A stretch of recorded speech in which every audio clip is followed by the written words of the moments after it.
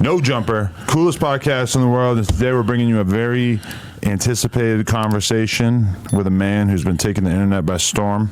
Dave Blunts is in the building. Yes, sir. How you feeling, man? Feeling good, bro. I'm a big fan. I like the energy you bring to the room. Thank you, man. I appreciate that, man. It means a lot to me, man. Hell yeah. And you want to introduce us to your white friend that I've seen in every single photo, but I don't actually know his name yet? It's my boy, Jesse Jones. Jesse, okay. Legend himself. Yes, sir. Hell yeah. So you do the production, or what's your role in all this? It's like I'm Macklemore. He's Ron Lewis. Really? Yeah. So we're going to the thrift shop. Yeah. We're going to the thrift shop, popping tags. Man, sure. People don't give Macklemore the credit that he deserves. Yeah. I mean, honestly, I fucking hate his music, and like every song I've ever heard from him, I've despised, but he doesn't get discussed enough. Yeah, I fuck with Macklemore. You do? Okay, shit. Oh, we found one thing we differ on. Remo, how you feeling? What's going on? We chilling, man. Dave Blunts in here. Jesse, we got the cups on deck. Yeah. This is his first official interview, too. That's what I was thinking, yeah. We've done an interview before. We're breaking the walls down. Yes, sir. Yeah. Whoa. Oh, yeah. Just like Abigail. Yes, sir. Definitely. Just like Abigail. That's hard. Let's start from the beginning. So tell us a little bit about where you're from and what being a kid Dave Blunts was like. Well, I had a pretty hectic and treacherous upbringing. I'm from a town called Davenport. It's a town in Iowa, and I was born in Salt Lake City, Utah, but I moved to Iowa when I was like 3, and I've been there ever since. You ever heard of Standard Bikes? No. They're from Davenport, Iowa, I do believe. Oh, shit. Or at least Okay. somewhere in Iowa. I'm not going to fact check myself right now. If I'm wrong, it, huh? You ever been to Iowa? No, I always hear that Iowa, I don't want to go there. There was some joke about how the not going there is contained within the name. Yeah, I don't know. Probably. Yeah, you don't probably want to. There ain't shit out there. But yeah, I've always heard that's like one of the most depressing states in America. So you're gonna agree with that? There. Yeah, man, ain't shit out there. But fentanyl, I can cuss. Of course. Bitches, selling, all that shit, man. Damn. Yeah. So what were your younger days like? Like your childhood? My childhood was pretty crazy. Like when I was younger, I grew up going to the shelter. I was lived in the shelter like plenty of times. Really? Living in hotel rooms and shit. And then, my mom was finally able to, afford to get us a place to live. But yeah, it was pretty crazy for a minute there. So dad wasn't around? No, my dad passed when I was 8, and that shit was crazy because he passed while I was living in the shelter, and then like after he passed, just a bunch of crazy shit started happening. Like I remember like it was yesterday, man. So I lived in a domestic violence shelter, so I couldn't get dropped. The school bus couldn't drop me off directly there because some nigga came there and he would like. Somebody got dropped off there and he was like, oh shit, that's where my girlfriend stays because I beat her ass and I can't find her. But now I know where she's at and now I'm going to go and beat her ass even more. Whoa. So yeah, there was like, no, nobody can get dropped off in front. Like this is like a secret entrance. They got like retina scans and codes and shit. You got to get in that mother. For real. But your mom was staying there just because it's like a women's shelter, like any woman could kind of she was in like a domestic violence situation. Okay. So that's why she was staying there. Okay. Was that with your dad? No, my dad. No, my dad. Okay. Some with my I don't know who it was, but it wasn't my dad. But yeah, so I used to get dropped off in the parking lot of a Chuck E. Cheese, and every day, I'm like 8 years old. I'm like, Mom, can we go to Chuck E. Cheese? And she had to like break it down to me, like, no, we don't got enough money to go to Chuck E. Cheese and shit. And so that was already sad every day, but I had a good ass day at school, and I was like still hyped getting off the bus, and we're walking there, and my mom was just like, she told me that my dad passed away, and just like my smile slowly started to go down and shit, and I didn't really understand what that shit meant until I go to the funeral. And they can tell you, Remo can tell you, black funerals, man, they're hysterical. They're screaming, oh, get up, you can do it, to the motherfucker in the casket and shit. Yep. And so me as a kid, I'm thinking like, can he really get up, shit like that. So that shit that stemmed from that was just like anxiety, like that, all that shit going on, everybody crying and shit. I'm realizing what the death is at that moment. Like it was crazy as. And but was your relationship with your dad decent before that? Yeah, it was. I had, we had spent time together, but I didn't really know him all too much. Like as I got older, I grew to like resent him and like not really with him as much because I learned about shit he did while he was alive that I didn't really with. That's like kind as of a a man, shame. I can't with. Well, it's kind of a shame too because, well, I don't know what depths you're talking about with that. Some stuff is definitely unforgivable, but it's like him losing his life younger like that means that you're not going to ever be able to like reconcile or be able to understand necessarily like what he was going through or what his life was like. Exactly. Yeah. You know, there was a situation that I didn't remember until I overheard my mom talking about it on the phone, and I did remember it once she was talking about it. It was me and my mom were walking downtown, and we seen my dad, and I was like, "Yo, it's my dad, it's my dad." And mom was like, "No, it's not your dad." And I go up to him. I'm like, "Yes, that's my dad." She's like, "All right, well, let's go up to him." And he was with his girlfriend, and he was just like, "I don't know that nigga. I don't know this little nigga. Like, I'm his son." And so, you know, I remember that he did that, and I'm just like, what the f***, you know? Like, that's some bullshit. You think, was he just up on drugs or something? Or? No, he wasn't on drugs. He was just trying to cater to a bitch. Wow. You know what I'm saying? He was just doing that because he didn't want the bitch to know that he had some kids. So that's why, like, to this day, I don't with anybody who switches up over a bitch. Let it be a homie who's like doing weird shit, pillow talking or anything. All stems back to that moment. So when my dad was acting weird over a bitch, denying his own child over a bitch. Holy shit. That really had an impact on you. I mean, it must have been so unbelievably hard to understand as a kid. Yeah. I mean, as a child, it happened when I was like 4. So I didn't really understand it. But when I learned about it when I got older, I remembered it. I'm like, yeah, that shit me up. I was like 15 when I found out. Wow, I'm so sorry to hear that. That's a terrible story. Yeah, man, that ain't shit though. But so wait, you said your mom got out the shelter when you were 8, or? So yeah, we had moved. So later that year, that was like a horrible year for me, 2008, because like all the kids in the shelter, they got like Christmas gifts donated to them, and I was the only one who didn't get any gifts. So that year we moved into a shelter. My dad died. No Christmas gifts. Like that year sucked. So wow. But a few months later we moved into like a motel for a few, like maybe a month, and then we got our own place. But previous to that, we had been into that same shelter like 3 times previously. Right. Was your mom dealing with addiction, or was she just having a hard time getting it together financially? My mom's not a drug addict or anything like that. My mom, so we were in the shelter that time I told you. It was actually my fault because she was like, my mom was a full-time CNA.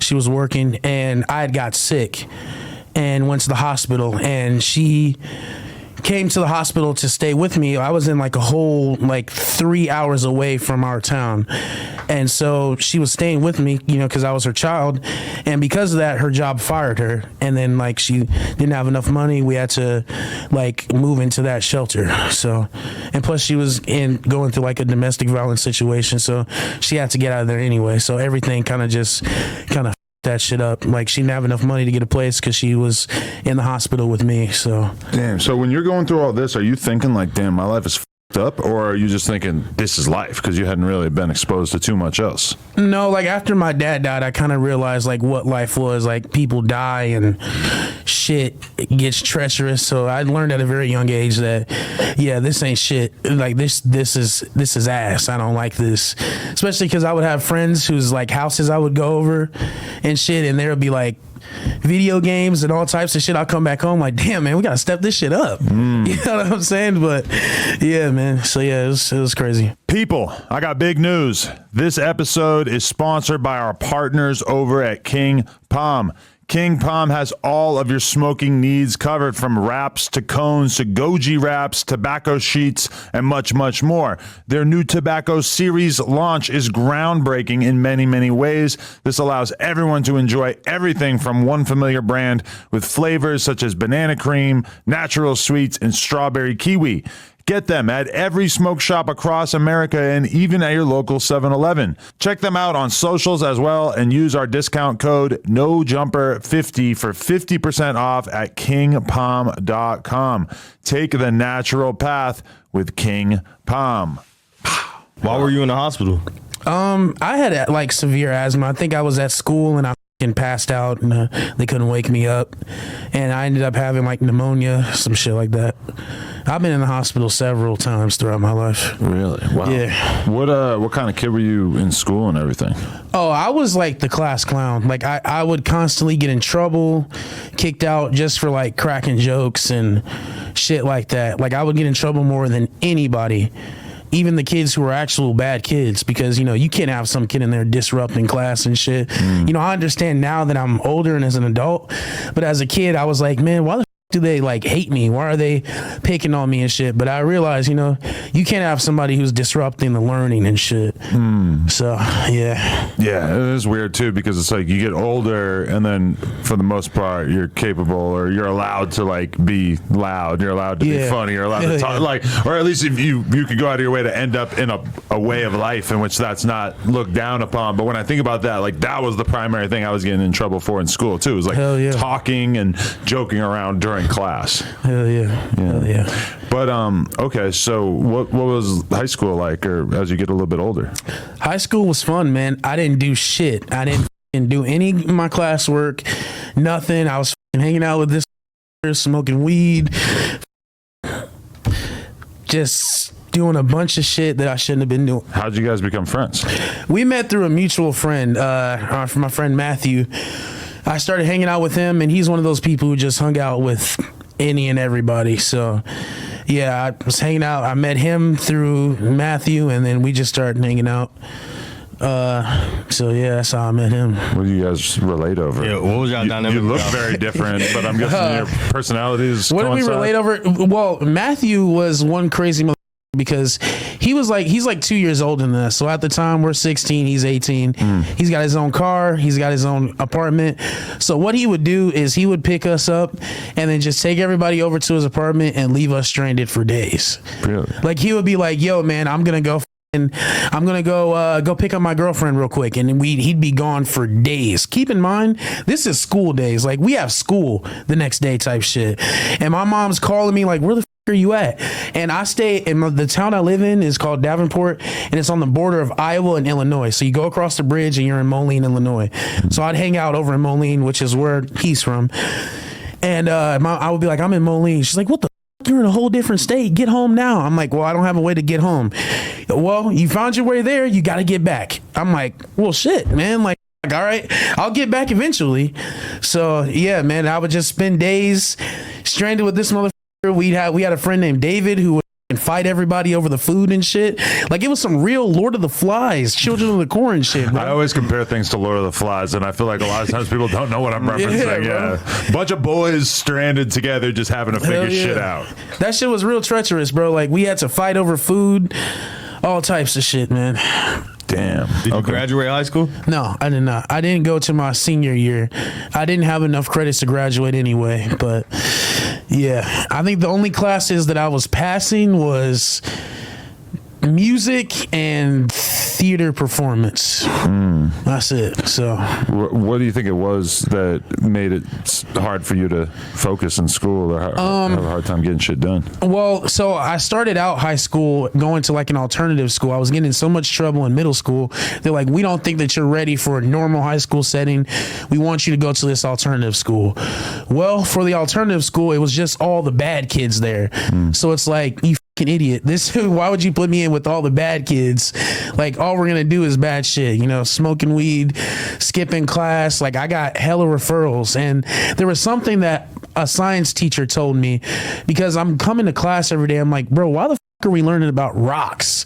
Like this is not gonna help me at all. Like learning about rocks and erosion and shit, I don't give a fuck about none of this shit. And she's like, you're right, you're never gonna use it. I said, I'm never gonna use this in my real life. Why do I need to learn this? She's like, you're right, you're never gonna use this, but you have to do it, so you might as well just do it. And I'm just like, no, like, well, I'm not gonna take this useless information. So at that point, when I was like in 9th grade, I just checked out from school, bro. I'm gonna be honest. I'm like, you're a teacher, you just told me this is bullshit. Why would I continue to pay attention. So I kind of just checked out, showed up to the classes that I wanted to. I started like selling weed in school and shit, skipping class. Like there's a point in time where there was like there's this bathroom in our school that they call the special ed bathroom because it was right next to the special ed class. Mm-hmm. So I would skip class in that bathroom and I would like set up shop in there. I'd be selling snacks, selling weed, Zans, all types of shit while I was in school. How long did your life as a drug dealer last? Very short because niggas are like, bro, there was this one nigga who, so at the time, grams were like 15 back then, but if you can get it for 10, then like it was a good deal. So I hit this nigga up, or this nigga hit me up and he's like, yo, can I get the gram for 10? And I'm like, nah, bro, it's gotta be 15. And so he pulls up and then he gives me a $5 bill and 6 pennies. And I'm like, this doesn't equal up. He's like, come on, man, fuck with me. I'm like, all right, bro, this is my last day selling weed. Like, I can't keep doing this shit, man. Did you like, give him the gram?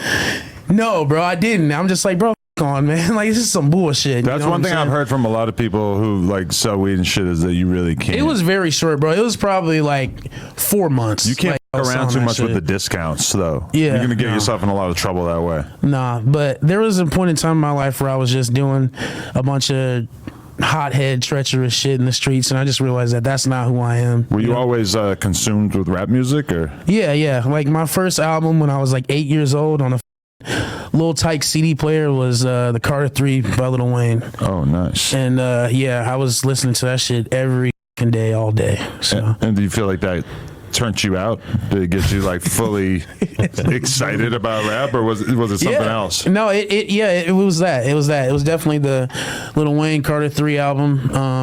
Around that time, I was also listening to like Eminem and T-Pain. Who else? Kanye West. Other people I listened to growing up was like Future. But like the artists who really made me want to start rapping when I was like in high school, I'd say it was probably like Lil Bibby and G Herbo. Really? Yeah, when I started listening to them around like 2015, 2016, that made me want to like start rapping. I didn't start making music at that time, but that shit made me want to like start like writing freestyles and shit and like freestyling at school and shit like that. That's interesting because normally when people say they're early Chicago drill rapper faves, they usually go straight to Chief Keef and Lil Reese and them. But what was it about Bibby and Herbo? I mean, shit, bro. Bibby, he was my favorite rapper when he was rapping. Yeah. Like, so I just heard that shit. You know, I didn't really get onto like the Chief Keef wave or anything like that until I was probably until like 2016, 2017. Cause like around like 2012 and shit like that, I was listening to like pop music, dubstep and shit like that. So yeah, man, I didn't get onto that shit till late. If you want to get girls, dubstep's not a bad direction to go in. Girls still listen to dubstep? Pretty sure, yeah. Shit, man, we might have to have some hoes at the crib and some dubstep and they'll have whole like fan accounts on Instagram that'll sometimes get recommended to me that are just videos of girls doing crazy dance routines like in the crowd at festivals and shit like that. And some of those chicks are like outlandishly hot. Oh shit, damn, bro. They're off the molly, just moving crazy up. Isn't Slipknot from Iowa? Yeah. That would have been a way different trajectory if you had just started like a Slipknot style metal band. Yeah, that shit would have been crazy, man. We could have did that shit. We could still do it. So wait, okay, why'd you choose to get out the streets? It just wasn't for you? It wasn't. I realized that I'm a nice guy, bro. You know what I'm saying? Like doing shit to people that I didn't want to do. I was just like, one day I woke up and like, this isn't me. This isn't who I am. You know what I'm saying? I just realized that early before it got too deep, and I changed my life around at that moment. I got a job and I was working for a while until I quit that shit and started doing music. So. Where are you working during that time? Oh man, I hate that job, bro. It's this place called I think it's called like APAC, and it's telemarketing place. I did a little bit of that too. Yeah, bro, that shit was ass, bro. So for that job, I had to wake up at 5 a.m. and take 4 buses just to get to the job. Oh shit. And So it wasn't this. These aren't city buses. Nah, man, these ain't no damn city buses. This is a private owned company bus. So they would come get me from my house and take me to the halfway point because the job is so far, like on the outskirts of town. So it would take me to the halfway point, and the halfway point is after Burger King, and Burger King doesn't open at 5 a.m. They open at 6. So I'm standing outside in the cold until Burger King opens. Then I'd go in there, sitting there and wait until another bus would come get me from the halfway point and take me to the job. And then once I'm done with the job, a bus would come get me from Burger King, come get me from my job, and then take me to Burger King, which is the halfway point. And then from Burger King, they would take me home. Sometimes that bus just wouldn't show up at all. And I had to pay $250 each way to get on this bus and to take me right to the place that I need to be. Sometimes they wouldn't come get me. I'd call them and be like, yo, where y'all at? They're like, oh, we forgot. Can you come get me now? No. And then they just hang up and just want to come get me. And I was always able to get home by the grace of like seeing some nigga that I went to school with. It would be like, hey, what's up, Dave? I'm like, hey, nigga, give me a ride home. You know what I'm saying? Strong arm that nigga for a ride home. Wow. So yeah, that shit was crazy. What was going through your head when you were actually going that far to go work at the call center? Was it like, this is what I have to do if I want to make it through life? Or were you thinking, this is what I have to do if I want to be great one day? Like, did you already sort of have like the formation of a vision that you were going to be something in life? My mom is, she's always told me since I was born that I was going to be the prodigal son that was going to lead us out of poverty and shit. Since I was youngest to remember, I didn't really believe her or, anything like that. And oftentimes when I was getting in trouble, she wouldn't be mad at me because I was getting in trouble. She would just be mad because she knew that I was destined for greatness and I was up. Wow. So there was a point in time in my life where I didn't see that shit and I didn't give a bro. I was waking up getting high from the time that I was going to sleep to the time that I woke up to the time I was going to sleep. How high are we talking? Bro, what kind of high? Like, I was smoking weed. I was just smoking weed.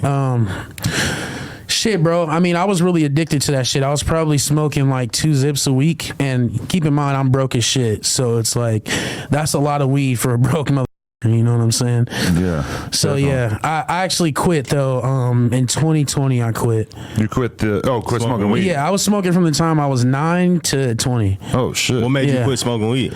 It put me in the hospital every time I did. I started having like anxiety attacks. I thought I was having a heart attack and shit. And so I'm like, well, I can't keep doing this shit. So yeah, I just quit. And now I don't even have the urge to smoke at all. Like I can go the rest of my life without smoking. Weed is kind of like my primary vice I have left. But I don't know. Yeah, like if you're just like trying to make it in life, if you're like in the beginning phases of your come up, for sure, I think one of the best things you can do is not smoke weed, especially because you're talking about 2 zips a week. Like that's like $600 for the average person, or at least like if you're paying for it, hell yeah. Well, how would you getting that much weed to smoke? Shit, man. Just getting weed. But you were talking about selling weed, but then you said that stopped pretty quickly. Yeah. So what, you were robbing people? I mean, if you want to say that. Hey, you took down the weed man? Ran off on the plug. You ran off on the plug. No. Damn. I was just getting weed, man. I knew people who with me and they would give me weed. Oh, nice. Yeah. So, okay, you quit the one day we'll get the Traplo Ross Dave Blunt's video. The many bodies of Dave Blunt. What but okay, why'd you stop working at the call center? Was it just too depressing, or? Yeah, so at the time I was working at the call center. That job fucking sucked. I had to refill old people's prescriptions. I'm not a fucking pharmacist, Adam, so I can't pronounce the name of these prescriptions and shit. And plus, like, they can do all this shit on the website. So if they're calling me, it's because they got a problem. And most of the time, it's because these old people couldn't afford it to buy their medication. So I had to break down to them, you don't have enough money in your account. We already gave you like leeway like 6 times. We can't keep giving you this shit. Sorry. It's like, but I need this medication to live. And I got to be the one to break down to them, you're going to have to die because you don't have the money for this shit. And I'm 18 at the time, bro. Like, this is a lot of fucking stress on me. I started smoking cigarettes because of that job and shit.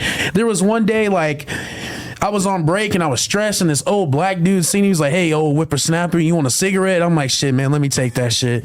And that shit like took all my stress away. So I'm like, hell yeah, man. Guess I'm smoking cigarettes now. So shit, I started smoking cigarettes. I was chain smoking and stressing, and just one day, like at the time, I would work all day and then I would come home and like I would make songs on my phone, on my an Android phone with dollar store headphones, and like I was starting to get like a little buzz like in Mexico and shit. Like people in Mexico was listening to my music. I don't know how or why, but there were people who like strictly speaking Spanish that was like listening to my music.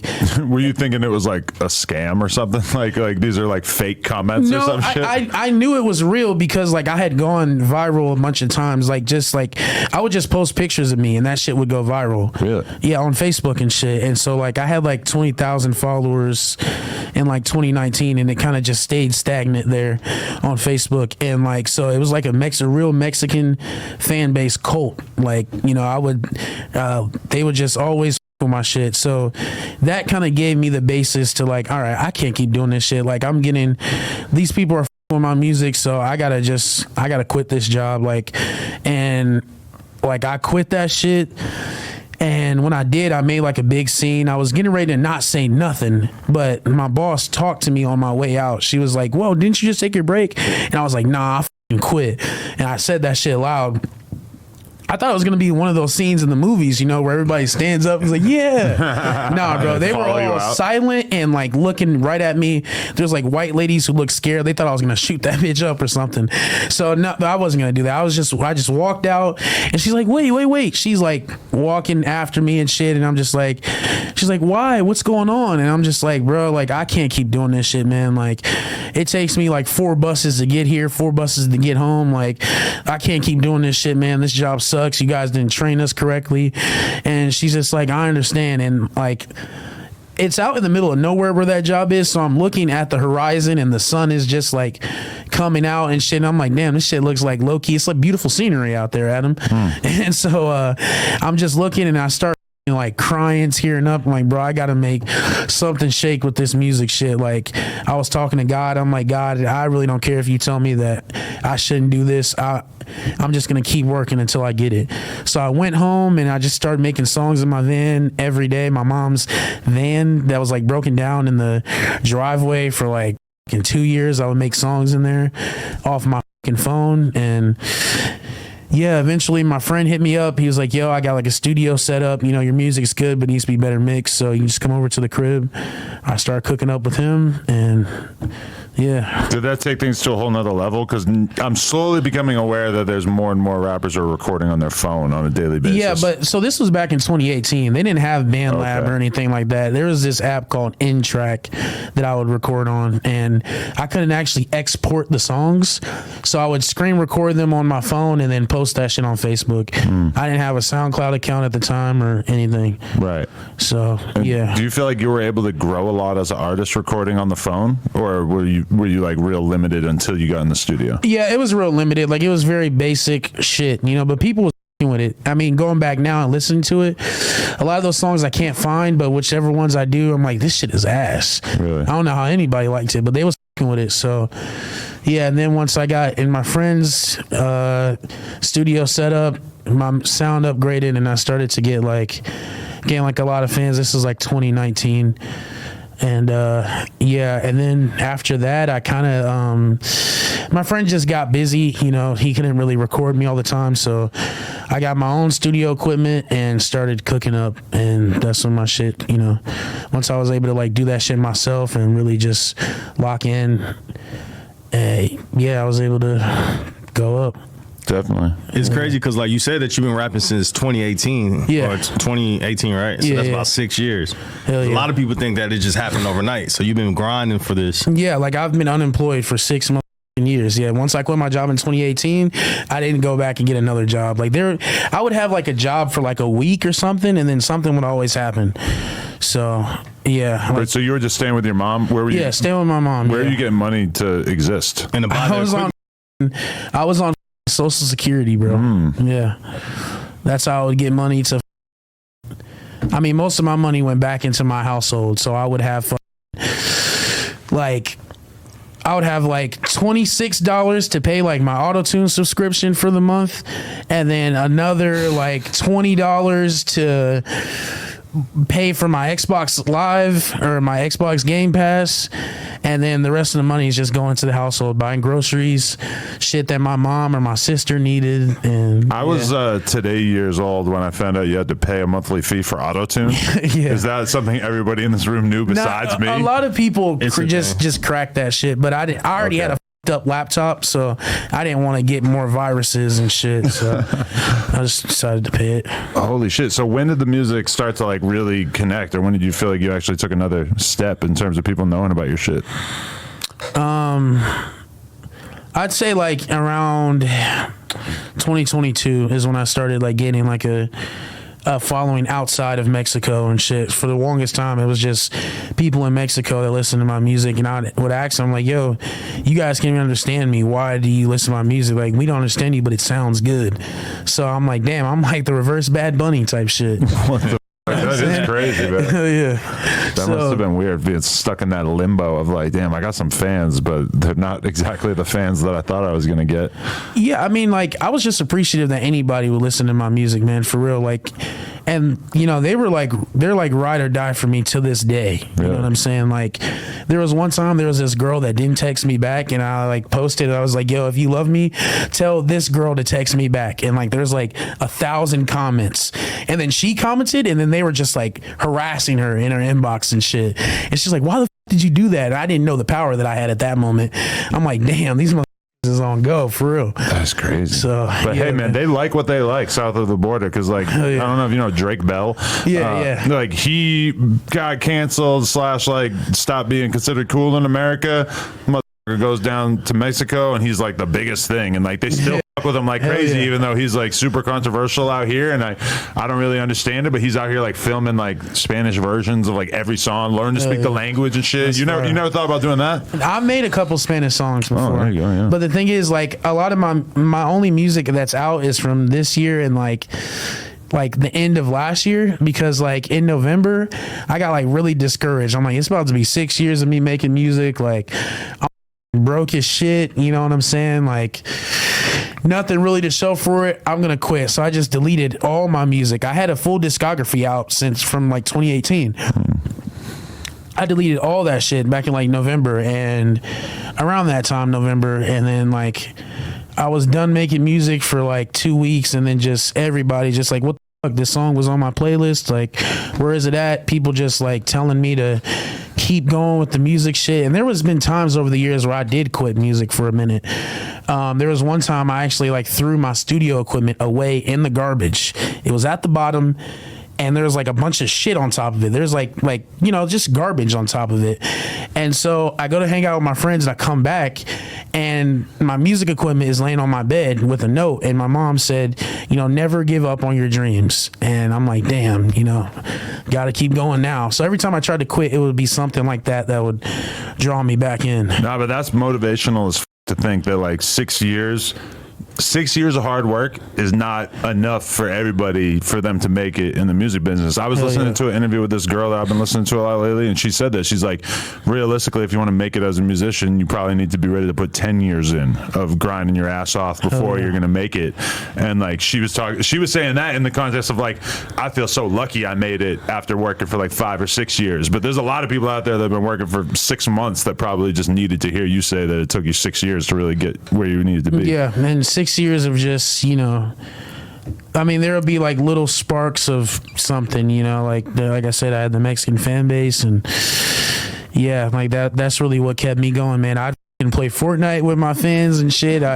One day one of my fans like kept blowing me up on Messenger, calling me on Messenger, and I finally answered, and it was a kid, he was in school, he's like, hey Dave. I'm like, what's up, man? And then he turned his phone to his classroom of like 30 students, like, hi Dave, hola Dave, and shit. I'm like, oh hell yeah, that's like, that shit was cool as hell. And so little shit like that would keep me going, you know. For 6 years you were rapping, were you going by Dave Blunts the whole time? Yeah, Dave Blunts the whole time. So the reason why my name is Dave Blunts is my Facebook kept getting banned, and like I kept getting reported and shit, so I just had to keep making random names. And one day I was smoking a blunt and making a Facebook, I'm like, shit, Dave Blunts, and I was uploading music on Facebook, so that just kind of stuck. I'm like, well, definitely. Hell yeah. But okay, while you're working your ass off for all those years, what I was going to say is I feel like it says a lot that you being stuck in a place like Iowa, it took longer for things to happen, because I can imagine that if you lived in New York City or LA or some shit, that it probably would have been easy for you to make connections, get into a studio, meet people from labels, etc. That whole path probably would have been sped up, and it took you know, even more commitment for you to get there, being that you were kind of in the middle of nowhere. Hell yeah. Yeah, being in the middle of nowhere definitely didn't help that shit. Like, it was just me in my room recording, playing Xbox. That's it. That was what my days consisted of. Like, me and him, we obviously hung out a lot as teenagers and shit, but we used to hang out in this big group. And I stopped hanging out with that group because, like, I just wanted to focus on music and shit. And so, and, you know, plus hanging out with the group wasn't really beneficial for me. Like, we just would hang out and there was no progress to life being made. So I stopped hanging out with the group, but I kept in touch with select people from the group, him and a couple other people. And so we, like, grew up really young, bro. Like I said, like, we were 16 years old, like, smoking weed, hanging out, being gone from the crib for like days at a time, weeks at a time. And we used to get into the club at 16. Like, in my dumbass people in my town, they would be like, yo, are you 21? And we'd be like, yeah. And they'd be like, all right, come on in. There used to be this Mexican club called the Volcan, and we used to be in that shit like every day. That shit was open 7 days a week, and we'd be in there on school nights and shit. Like, it's nice to have a big ass friend group, but also if you really want to make it in a certain creative pursuit, a lot of times people end up spending all their time when they're not working or whatever, just basically hanging out with a group of people that they're very comfortable with, which is awesome.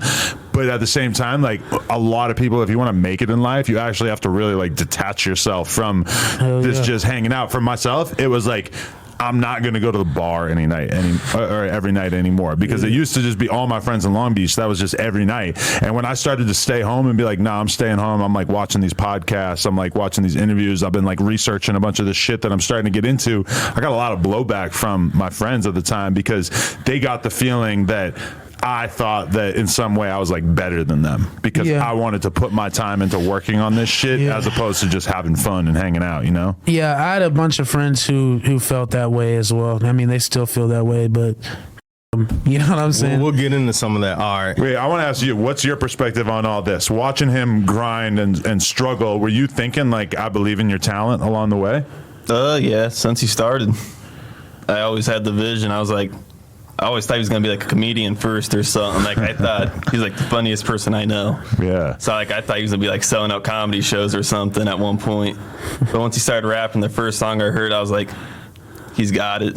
That's sick. Have you always had a mullet? No, I just started this like last year. That shit is badass. Like that, him looking like he looks and you having a mullet, perfect. I love it. I love it. I just never get rid of that. All right, so you said you had 3 year equipment away. You kind of like gave up on rapping one last time. Yeah. Then what was the spark that was like, all right, I'm gonna go back in? Your mom wrote the note, but then like, when did you start picking up where people started really catching on? Well, when my mom wrote the note, that was like a few years before I initially quit it in November and deleted all my music. All right. But what made me come back is just like, there's a bunch of people flooding me who I knew everybody who listened to my music, you know what I'm saying? Like, I relatively knew. So it's like there was more people who were hitting me up like, yo, I play this every day. Why is this song not out? And so I'm like, well, shit, people keep on harassing me about this shit. I gotta come back. And so I came back and I just locked the fuck in. And that's what I've been doing since November, just dropping project after project after project. Besides dropping music, was there any like ways that you were promoting music? Like, what was your main form of like, all right, I'm gonna drop a song, and how would you promote it? Like, I would just like promote that shit to my fans. Like, I wouldn't pay. I've never paid for promo or anything like that. So my main way of promotion was to just post videos of me listening to my song on Snapchat and sipping drink.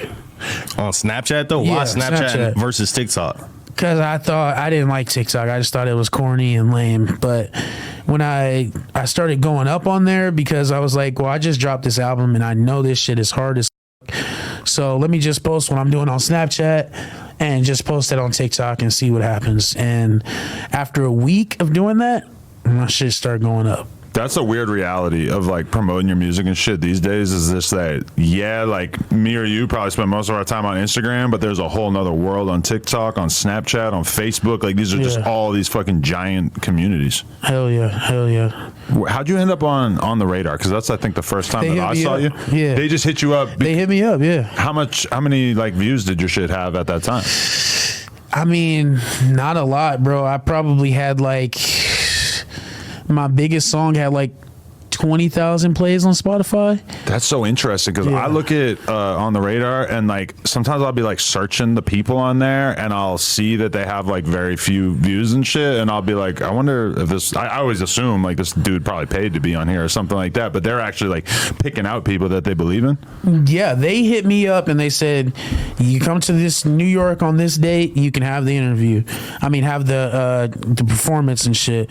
And so I'm like, all right, well, Jesse, I'm gonna use, instead of feeding my family this month, I'm gonna use my Social Security check and we're gonna go to New York. Will you come with me?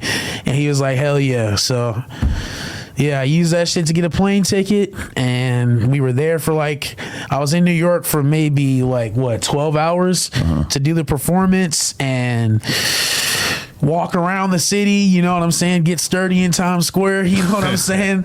And yeah, we came back home after that shit. But all those years in Iowa and then going to New York City, it must have been fucking mind blowing. That shit was insane, man. It's a lot of walking, bro. That shit. And it's just the most hectic place on earth. And if you're used to like a more quiet lifestyle, it could just be the most shocking thing in the world. Hey, man, tell them the thing we seen outside of On the Radar. What did we see?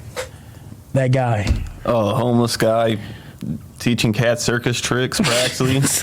Teaching cats? Yeah, there's like stray cats. We were lost at first, like looking for the building, and then he was over here with like 6 cats, just petting them. They're climbing building them. his, we seen, like, you always see a homeless man inside the box, but you never see him building the box. Right. We seen him building the box, fucking training cat circus tricks and shit. He was like, "You guys looking for the studio? It's right there." And he went back to what he was doing. He already knew it was up. Yeah. That's insane. So when did you record Talking to the Sun?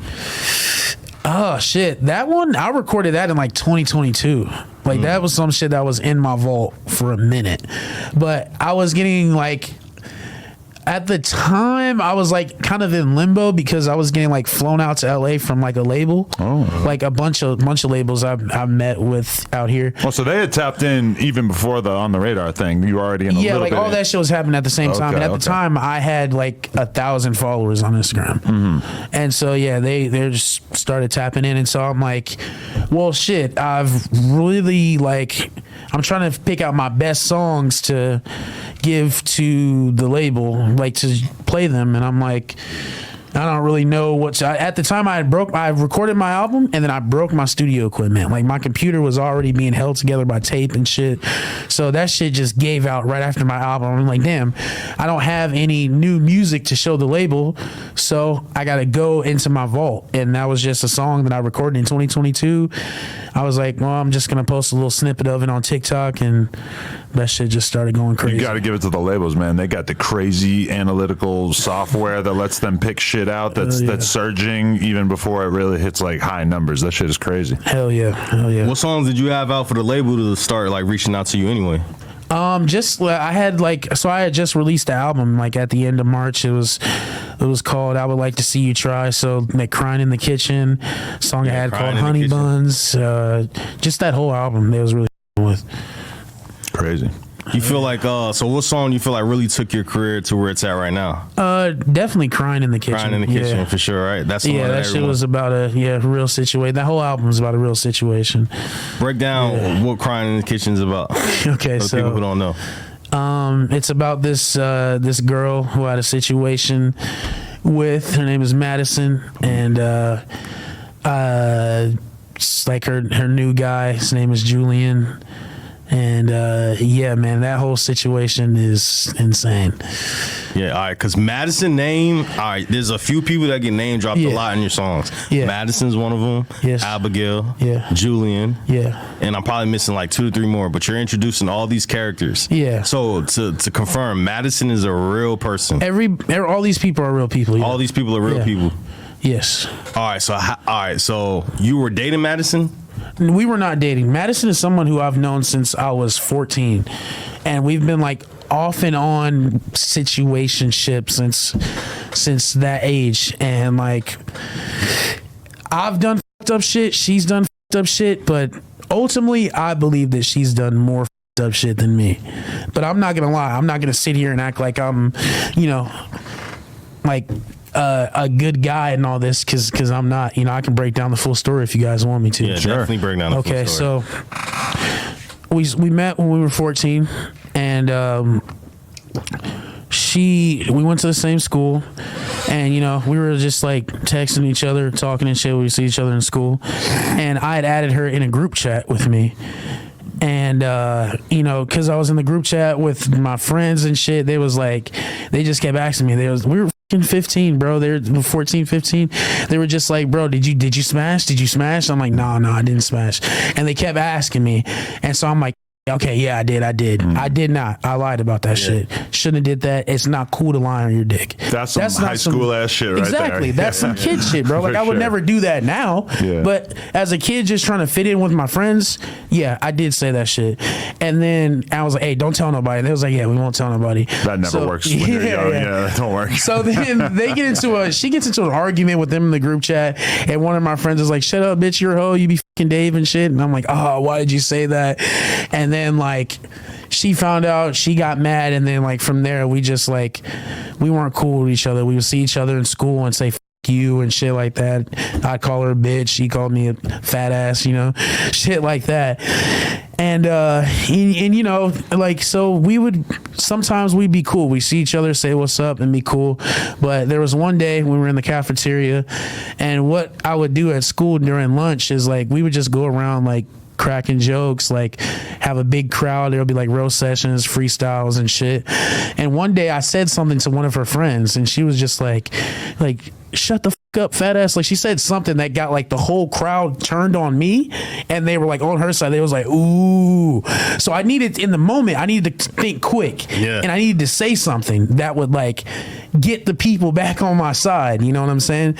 So I remember we hung out one time like at night, and like we took a picture in front of my house, and then like that like kind of gave validity to the rumor that me and her like had and shit. So it was like, I'm like, okay, like people think that I can use that to my advantage. So I was just like, shut up, bitch. You pulled up to my crib late at night, and we all know we did more than just hang out and talk. And the whole crowd was like, oh shit. And she ran out of the cafeteria crying and shit. Now that's what I'm saying. Like, I've done up shit. She's done up shit as well. That's a really up thing.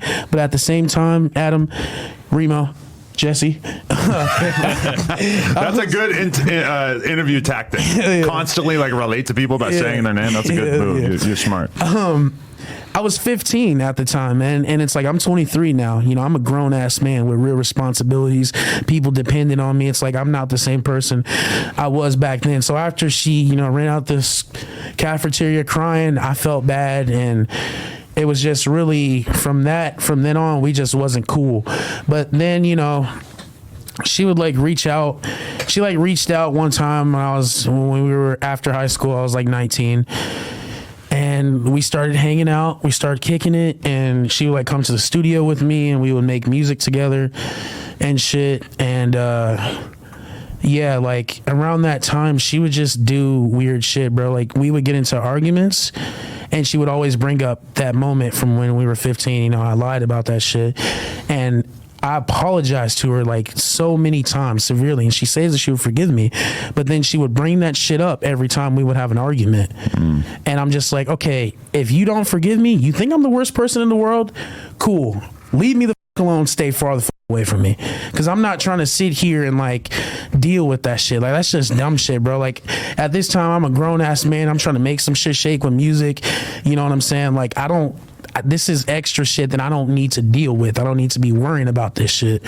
So yeah, man. And then, you know, I was, you know, like we were hanging together, you know, I liked her, I with her, and she would always make it seem like, oh, like I want to be together, but I know that we're gonna like get into an argument and you're gonna do some bogus shit. Like I want to be with you, but I don't think we should. And I'm like, all right, hey, if you don't want to be together, I'm perfectly fine with that shit. Leave me the alone, man. Don't come around me. Stop coming around me and my friends.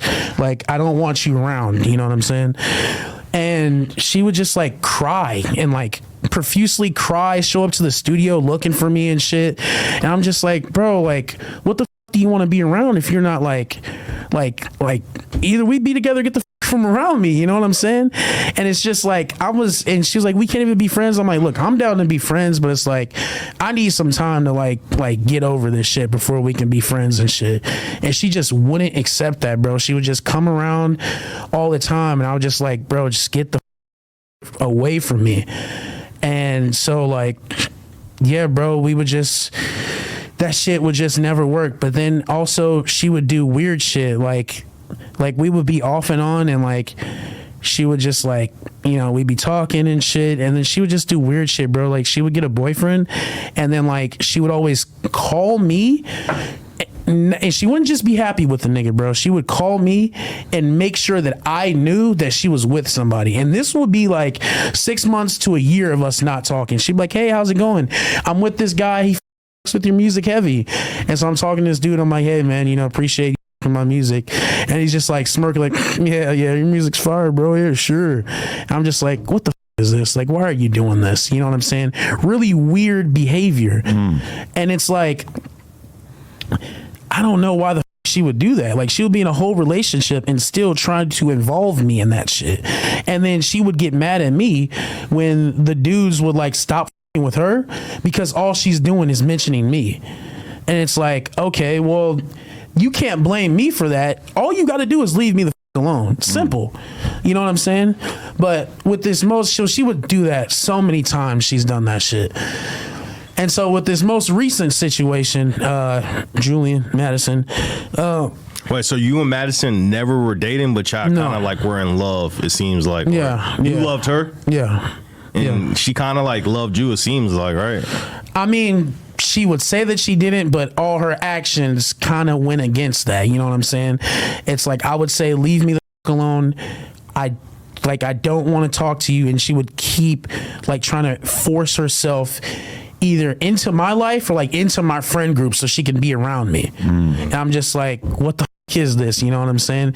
But she would always say like I want to be with you, but I don't know. Like, I just feel like you're going to do some bogus shit again. And I'm like, hey, that's perfectly fine if you think that. I'm not going to do that. But if you think that, cool, leave me the f- alone.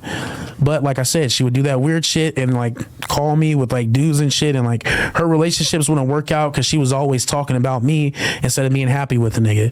So with this most recent Julian situation, which is her boyfriend that she's engaged. She's engaged to him now. She's getting married to him. Yeah. All right, break that down. So she calls me one day. I have like a Bible study group that I do with him and a couple other people like over FaceTime.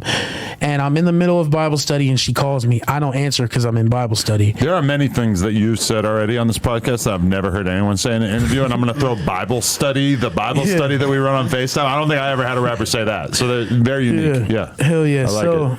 Thank you. So yeah, I'm in Bible study, so I don't answer. She then texts me and she says, yo, I'm with a Make-A-Wish kid and he wants to meet you. And she sends me a picture of some dude in the hospital. Clearly she's f***ing around.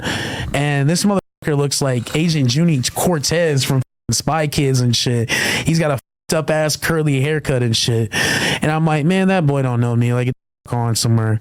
And she was like, well, he wants you to release one of the songs you deleted. Like, if you release that, you know, like he really wants that. And I'm just like, on somewhere. And then I'm scrolling on Facebook and I see that dude that she sent me a picture of, and I see him and her hugged up, kissing each other and shit. I'm like, who is this nigga posted up on my bitch? You know what I'm saying? She's not my bitch, but she's my bitch. You know what I'm saying? So fucking hilarious. I'm like, what the f-? And I click on their page and I see that she's engaged to him. And I'm like, who is this dude? Like, she doesn't even know him. Like, how are you engaged to this nigga you don't even know?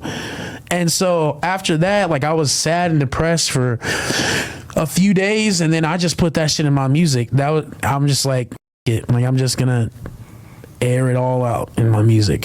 So because Madison has definitely inspired a lot of these hits that you're dropping, right? Because I heard the album and there's nothing but straight smash songs in there. Yeah. But there's a lot of Madison references. Yeah. And then you're also mentioning Abigail.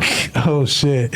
So break down to the people who Abigail is. Where does she fall in the picture? So you were dealing with Madison first, and then Abigail comes. Where does Abigail? Yeah. So I also knew Abigail for a while. She was just a bitch who was just getting passed between the gang, bro. Like she was a bitch who like I would in between bitches, or like I would with in between bitches. So yeah, man, like it's like shit. Hey man, we ain't got nothing to do tonight. We might as well call up Abigail. She'll suck the whole gang up. You know, is Abigail her real name too? Yeah, I'm the only one. He's the only one that has. Oh, yeah, he's the only one that has. I hate being that guy. Yeah. No, I never tried. Never tried either, for sure. Yeah, yes. No, I've never. you the have, one bro. time You have, bro. they did this shit like at a park, man. And there was like 7 people in front of me, man. I was like, man, this is wild. Wait. There was a gangbang going on Correct? Yeah, bro. Everyone The was whole just- gang would run through her, bro. at a park? Yeah, someone would just hop in the back seat of the car. She would top them off, and then they'd get out. And then What the fucking police fuck? showed up, and I was the last one in line. I was like, man, Being last is crazy. I'm okay for now, man. Probably could have caught something. So how do these girls feel about their names being used for content like this? I just had a conversation with Madison. I was on some petty shit. Like when all this shit started blowing up, and I'm getting like, you know, like little yachty commenting on my video, and like I'm getting flown out to LA from these labels. I texted her and I said, thank you. And she's like, for what? I said, you'll see. And then she texted me like 2 days later. She like, what the fuck? How could you do this? Like she called me and we had a conversation. And you know when you're talking to a girl and you're hitting her with straight facts and she can't do anything. She's like stumbling, but no, it's like she knew she was in the wrong for this. Once again, she didn't just leave me alone. She tried to include me in her relationship, and shit, you see what happened. You know what I'm saying? And so I was just hitting her with straight facts. There was nothing she could say, so she hung up. And then she called me back like an hour later. She's like, you know, like, I'm sorry for what I did. Like I'm so happy for you. Like I know how hard you've been grinding for this shit, and you know, just as long as you don't like show my picture out there or anything like that, I'm okay. And I said, I'm gonna tell 100% the truth. So yeah, I'm not gonna put her picture out there or anything like that, but yeah. What made you want to like include their names in the music and everything? Like specifically since so many people have no clue who you're talking about, probably until now. Yeah. Like what made you want to like turn them into characters in your music? Well, there was a certain time like where I was making very formulaic music. Like I would try to make like a club record. I would try to make like a song for the girls or like, you know, shit like that. But then I was like, well, I'm stressing over this music and it's not really going anywhere. Like if I'm gonna make music that's not going anywhere, I'm just gonna have fun in my music. I'm gonna say wild and crazy shit. I'm gonna say like I'm making this music for my friends. Like I was saying earlier, like we grew up really young. So like now all my friends at the age of 23, they got full-time jobs, they got kids, they got families and shit. So Jesse had like a full-time job, and I would only be able to like talk to him on an Xbox, and same with a bunch of my other friends. So we would all like link up in Xbox parties and shit, and we just say wild and crazy shit. And so I start saying the wild and crazy shit we were saying in Xbox parties in my music. And so I'm like, I'm just gonna have fun with this shit. And I'm gonna take it seriously, but I'm gonna also have more fun in my music. And so once I started doing that, I'm just making music for me and my friends now. So I'm saying shit about people in my town that we would know, and now the whole world is like catching in on this inside joke.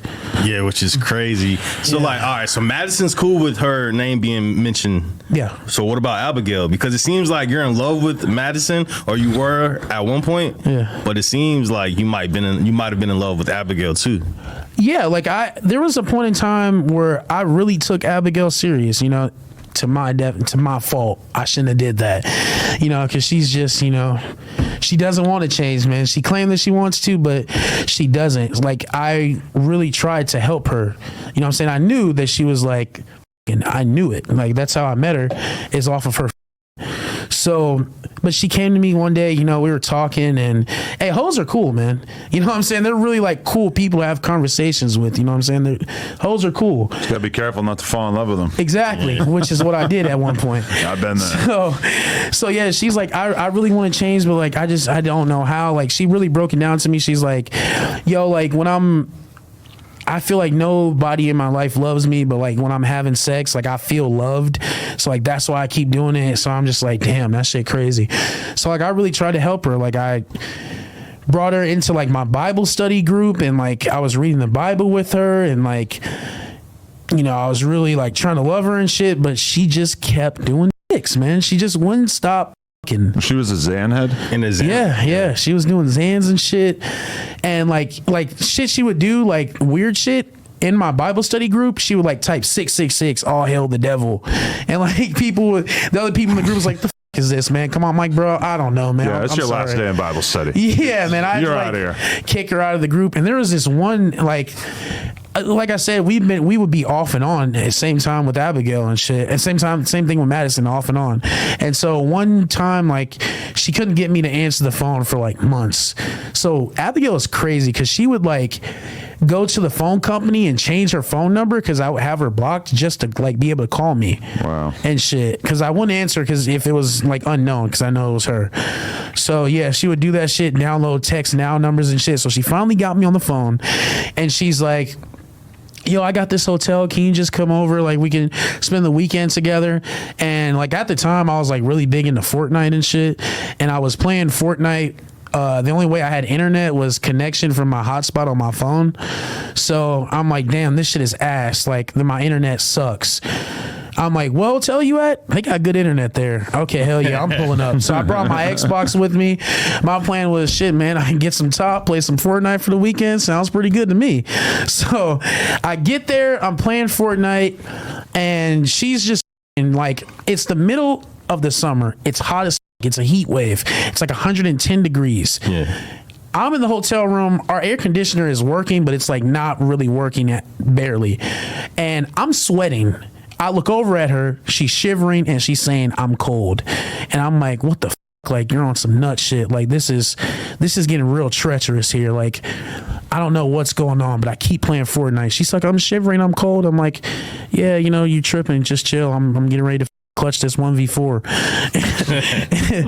And she rips my Xbox out of the TV, and then she throws it like on the ground. And she's like, I'm cold, you're not doing anything about it. And she falls to the ground and she starts crying.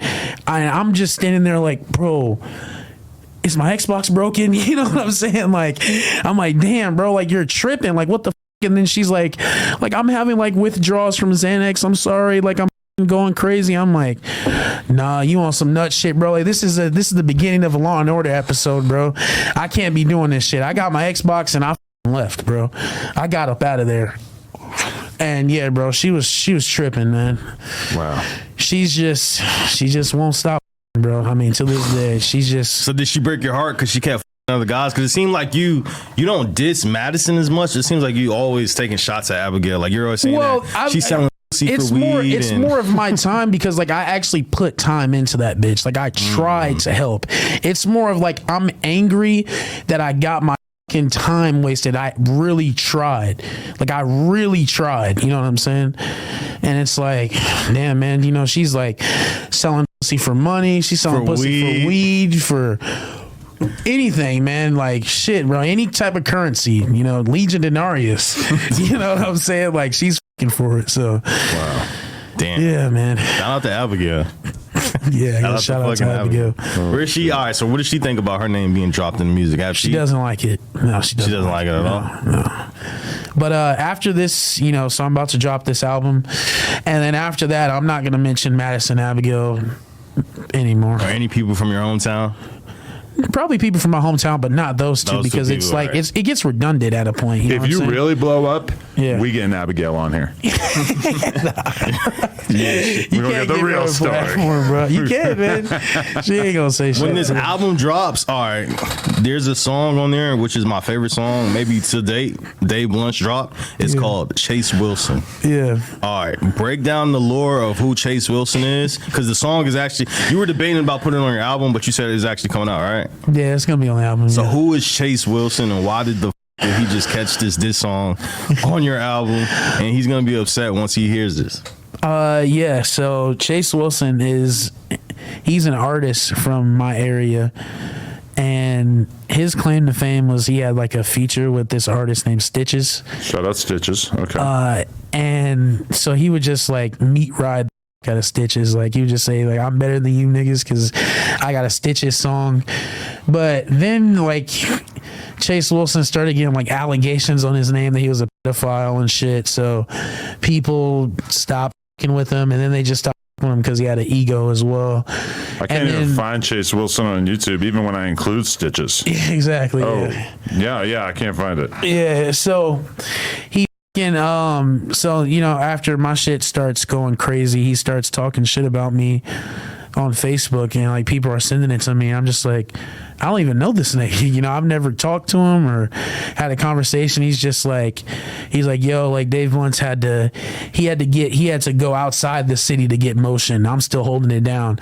I'm like, well, Chase Wilson, that's where motion takes you. You know, it takes you outside of your vicinity. Yeah. The max come up that it is possible for you to have in Iowa is not that big. Yeah. Spoiler, you're gonna have to leave. Exactly. So I'm just like, you're a fucking idiot. Why would you even say anything about me knowing that you have pedophile allegations against you? So I put my life in my music. You know, my albums are always like a diary directly reflective of what's going on in my life at that moment. So yeah, man, I put that shit in there. It reminds me almost like drill music.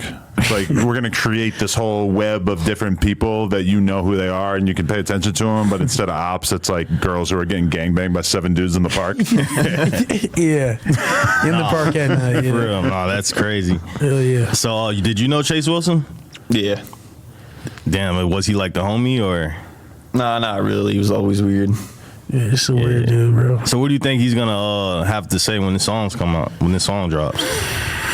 Who knows, man? Who cares? You know what I'm saying? I'm just putting my life in this music. You know what I'm saying? Like, to be fair, you're kind of giving him like a layup. Like, this could be the next stage of your career, is being the guy who's reacting to this. Or sure, okay. Yeah. Oh yeah. Jeez. Okay. Who do you feel like are your biggest influences now? Because I've seen a lot of people comparing you to like Juice WRLD, but I want to know who else is kind of influencing you at this point. I'd say a lot of my influences, people I listened to growing up, like I said, Eminem, T-Pain, Lil Wayne, Future, Young Thug. But then also a lot of people from the 2016 class as well, like Lil Yachty, of course, Uzi. Also other influences, of course, you know, Juice WRLD and Trippie Redd and you know, people like that. Hell yeah, for sure. When you mentioned also like RXK Nephew as well. Oh my god, isn't he the best? Yeah, so good. Yeah, and some of the crazy shit I get in my music is just from I found this shit like maybe 2 years ago, and I'm just like, what the? I'm listening to somebody's like innermost deep thoughts and shit. So, I can't listen to RXK Nephew for very long before I start thinking like he raps. Like all my thoughts become composed like RXK Nephew verse. Hell yeah, no, I fuck with his music heavy. Yeah, you mentioned Yachty, but he kind of was the first big name to co-sign you and reach out to you and shit. Yeah. So like he had commented on my TikTok video for the snippet for my song called "The Cup." He was like, I really felt this, and I'm like, what the f-? That's Lil Yachty. I woke my mom up, and I'm like, yo, mom, Lil Yachty commented on my shit. She's like, who the f- is Lil Yachty? I'm like, bitch, the nigga that made in Minnesota, like, what are you talking about? Go back to sleep. It's for you anger me. Nah, I'm playing, but nah, man, yeah, that shit was cool as hell. And then like, you know, he DM'd me and shit, and like we had a conversation over the phone, and he was just giving me advice, telling me to just keep going, and we talked for like hours, man. Little Yachty is cool. You know, we've had a few conversations over text, and he was just telling me to keep going, and you know, he supported me and all that shit. Lil Yachty is cool as hell. Did you mention getting a verse from him or working together at all? I didn't know. I didn't feel like I was at the place where I should be asking him for shit. You know what I'm saying? That's probably smart. I just feel like, you know, it was cool that he tapped in, and you know, hey man, you know, shit, it would be cool if we could, but I'm not like pressing that. You know what I'm saying? If it happens, I want it to be naturally. Shit, Aiden Ross tapped in with you yesterday, right? Yeah, he did. So he just sent you a message saying he's with the music and shit. Yeah, that shit was cool as hell. Yeah, I fuck with Aiden Ross's streams, so yeah, that was cool. You know, he said he fucked with my music and to keep going, and hell yeah, man, it's nice that all these people are tapping in, bro. Shit's crazy. How does your mom feel? Because she seen this from day one. Like, yeah, she's always said that you were gonna be that special person to get you out of poverty. Hell yeah. And then now that you're she's just like, I knew you can do it. You know, I knew it. And like, I just recently moved out to LA last week. Oh, it's official. Okay. Yeah, Jesse quit his job to come live out here with me, and yeah, bro, I'm up every day at 4 a.m. and figuring out what the move is, and we just go do the shit. Why 4 a.m.? That's extremely early. You said you wake up and like cook him breakfast? Yeah, I like cook me and him breakfast, and then I just like wake him up, like, hey nigga, come get this food, and we eat. I tell him what we're gonna do for the day, and he's like, all right, let's What's go for breakfast? Yeah, what is Dave Blunt's cooking in the morning? Like some eggs. You know, I like eggs and toast. That's what I fuck with most. How many eggs? Well, since it's me and him, I usually make like 8. Okay. Yeah, and 4 for each of us, but it's like scrambled eggs. So every day I scramble eggs, and I have to decide how many eggs is the number for today. Like if I got a big day ahead of me, it could be like 5 or 6 eggs. Yeah, but I gotta start making less because he never eats all of his food, and that shit be pissing me off, man. I'm like, bro, that is a full plate. You gotta finish that shit. Why is that? I just don't eat breakfast. I usually skip it. Like, because he makes, I eat half of it, and I put it off to the side. Come and on, man, I didn't know that. Half. I've been making this shit every morning. You don't even want it? A lot of people like but that, it wakes though. me up, though. You want to go the first 2-3 hours of the day without, you know, and I know a lot of people, it's like coffee and cigarettes are like their way of starting the day. But once I start eating a little bit, like I'm up for the rest of the day, though. Like that usually wakes me up. Like I'm like, damn, now I'm up. I could have been sleeping another 4 hours, but now I'm awake because I ate this fucking piece of toast. So you waking up at 4 a.m. too? Like 6. Yeah, so I wake up. It's still dark at 4. Yeah, I wake up. I like get shit started for the day, figure out who I'm gonna like link with or network with, and then I usually shower. Then I'll cook us something to eat, and then I'll wake him up after that. Right. So like 6, 7, I'm waking him up. How's the networking been going since you've been in LA? Because I've been seeing you everywhere. You were just at Culture man. Crib. Yeah. What you and Culture had going on? That was a crazy story. So like I'm at the club, you know, me and Culture have a mutual friend, and the mutual friend like invites us out to the club. He's like, yo, come to the club, like they're gonna play a couple of your songs, you know, you can have your own section and shit. And I'm like, hell yeah, cool. So me and Jesse are there, you know, I'm like drunk as shit, and like I drank like a whole bottle of Hennessy to myself. I ordered it, and then he's like, I'm pouring him drinks, and he's like sipping it, but not really. I'm like, hey nigga, the fuck ain't you drinking that shit for? And he's just like, bro, I get my stomach ulcers. I can't fucking drink dark liquor. And I'm like, oh shit. He's like, yeah, man, my stomach is in fucking knots right now. It hurts. I'm like, bro, wait right here. I got you. So I'm going around the club asking. I'm like, excuse me, bad bitches. Any of you hoes got ibuprofen, Tylenol, anything? They're like, no, get the fuck out of here. But finally, I fucking found one girl who had like ibuprofen, but it like looked weird. She gave me 2 of them, and I'm like, all right, Jesse, I got it, but in case in case we got fucking roofied, I'm gonna take one and you take one, so that way we're up together instead of just you being fucked up. And he's like, all right, hell yeah, cool. We took that shit. Unfortunately, we didn't get roofied, but unfortunately, the odds of a woman roofing you in the club is pretty low. Okay, I thought it was like higher for that. I'm pretty sure it's mostly men doing that to women. Okay, yeah. so that's how we get roofied. Shit, yeah. Cardi B said her and her homies were like doing that to. Yeah, but they were doing it to dudes where they had a real reason to believe that they had enough shit to rob them for too. Which I don't know. We came out here with 2 pennies rubbing it together, man. We ain't got shit for real. So did you sign to a label at some point? Who's bankrolling you moving to LA? Me and him. I haven't signed to a label yet, but I'm still like, I'm in conversations with many labels. Yeah. Where's the bread coming from at this point? Social Security. Still living off that. But that probably goes a lot farther in Iowa than it does in LA. Yeah. So that's why, hey man, we took the bus here. So, yeah. How long was the bus ride? Shit, bro. I mean, we left the crib early this morning at like 9 a.m. and shit, we got here around 2:30. So, yeah, man. In one of your songs, you said every time you fly, you have to buy 2 seats. Yeah. Is that all right? You that's real? Yeah, that's real. I gotta take 2 seats. Yeah, man. That shit is. I was wondering, like, where do you shop at to get your clothes and shit?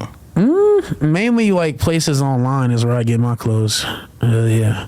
You got like a plug and shit that lace you up. Hell yeah. I see you always got the black and gray sweatsuit on. Yeah, man. Kind of became like your image. I mean, this is the only clothes that I really have. So, I mean, I guess it's my image, but it's like I came to LA with like 2 outfits because I didn't want to carry all my shit on the plane.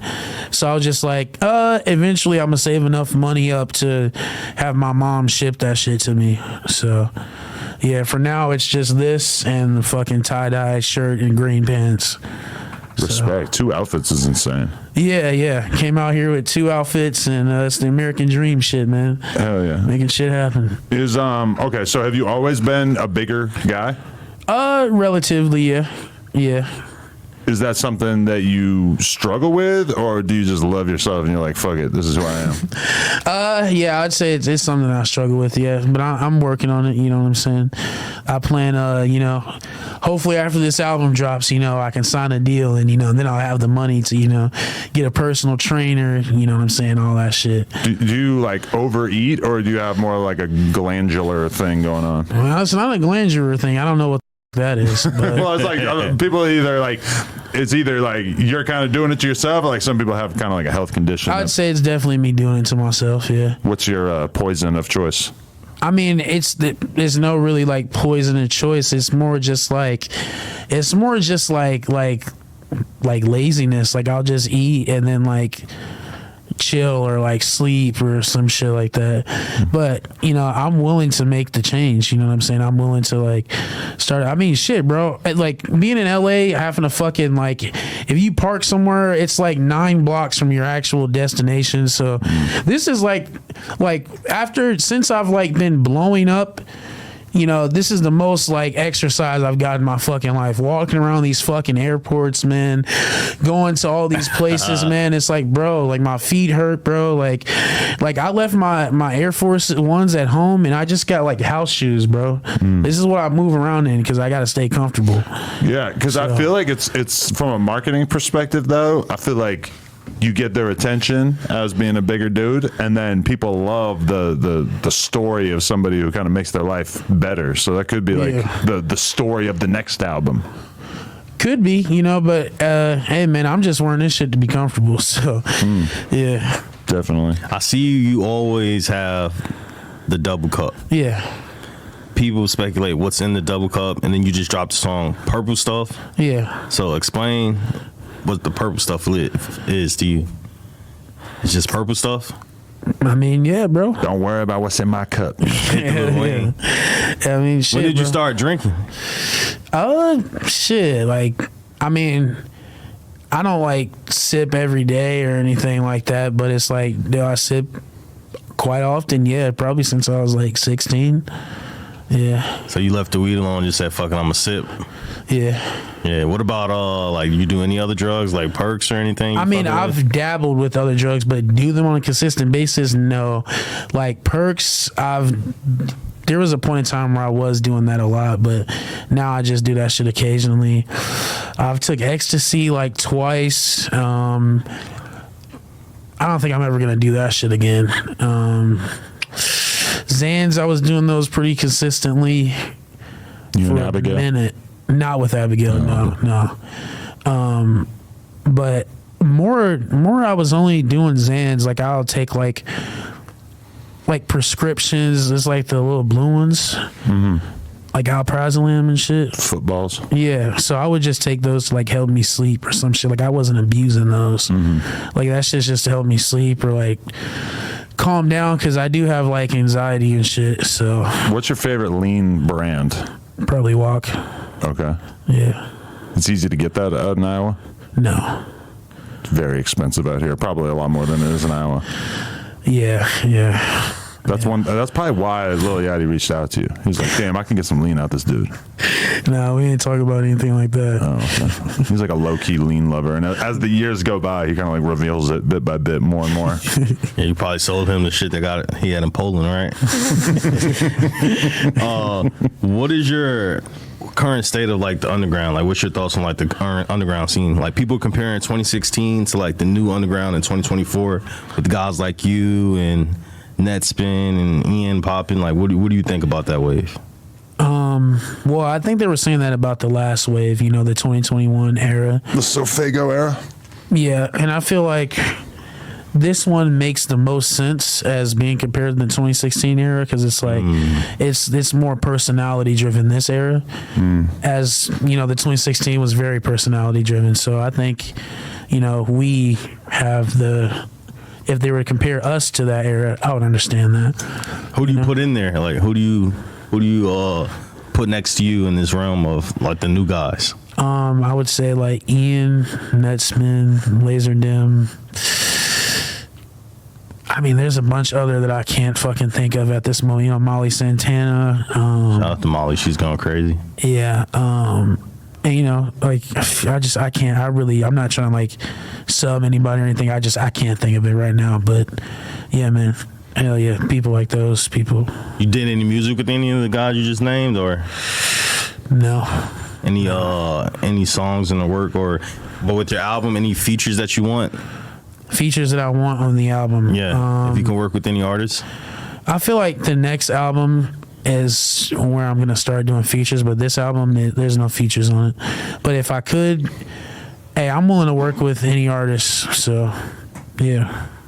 I'm a fan of all music. I listen to everything that comes out, whether it's good or bad. I like listening to bad music more than I like listening to good music, because that shit is just funny as Does Laserdem count as bad music? Yeah. Nah. Who do you consider bad music? Shit, man. We all know what bad music is, man. I'm like, come on, man. You gonna make me ruin my shit before I even get in the game, man. Damn, man. No, but everybody has a different idea of bad music. I play Laserdem around some people, and they're like, "This is garbage." For me, I personally feel enthusiastic about it, but it's definitely not for everybody. Yeah, I mean, shit. I fuck with Laserdem, and I like what he's got going on, man. His image and brand and his music he's funny. Like his music is good. I fuck with all that shit. But somebody like him's in a weird position, because I remember when I first found out about him, and I was thinking like, what the fuck is up with the vocals? And then I go look at the comments, and like the top comment said, "I pray he never gets a mic." And I was like, oh, these people are like married to him keeping this shit as lo-fi as possible. Yeah. I ran into Osama Son yesterday, and he was mad about the Jace interview. Well, are you a fan of Osama Son? Yeah, he makes good music. Yeah, I fuck with his music. Hell yeah. Yeah, Osama Son's pretty fire. There's a whole new wave going on. I feel like you guys definitely got like the Avengers of SoundCloud. Or he seemed like real mad. I mean, we can't interview somebody like Jace without asking him about everybody he's ever talked shit about, right? Yeah, I mean, he was kind of upset. He was like, why the f*** I interviewed that nigga Jace? Well, if he had hit us up for an interview, maybe we would not have done a Jace interview that day. We might begin the Netspin interview, though. That's on the way. That's sure. Crazy. Yeah, that'll be fire. But people keep on trying to because there's in my songs I mentioned somebody named Jace, and they keep on thinking I'm talking about the rapper. You do mention someone named Jace in the song. It kind of sounds like you're dissing Jace, but explain who that is. So it's not the rapper Jace. I think the rapper Jace makes good music. Same. I like his music, and yeah, so that I don't have anything against Jace. Now, Jace that I'm talking about in my music is this dude who tried to dox me on Xbox. Whoa. And but he didn't do it correctly. He sent me my address, but in a different state. So my address in Minnesota or some shit like that. And I'm just like, whoa, wait, hold on, man. Is this a threat? You know what I'm saying? You think you're gonna come in here and rape and pillage the Vikings and shit? Come on, man. You know what I'm saying? So I'm just yeah, I cooked up this 3-song EP, and I just, was talking about him being broke, fucking his bitch and shit like that. So anytime in my music now I want to reference somebody being broke, I just say his name. Damn. Yeah. It's very interesting, all these new characters you're unlocking from Iowa. Hell yeah. So it feels crazy right now, like on a day-to-day basis, watching the followers roll in and watching people just get more and more excited about your music. How are you kind of dealing with finally achieving at least some of what you were dreaming about for all those years? I don't think it's really fully hit me yet. Like, of course, I'm in LA. I'm not in Iowa anymore. And, like, I'm the only one who's, like, made it out of there. But it's like, I don't know. I still try not to keep a big head over these things. Like, I still think I'm not shit. You know what I'm saying? So, and mainly it's because I have a great support group of friends around me who, like, keep me level-headed. They're like, yeah, Lil Yachty commenting on your shit, nigga, but that ain't all that. You know what I'm saying? Like, my friends are, like, my biggest haters and my biggest supporters. So, yeah, I mean, this is everything I've ever wanted, man.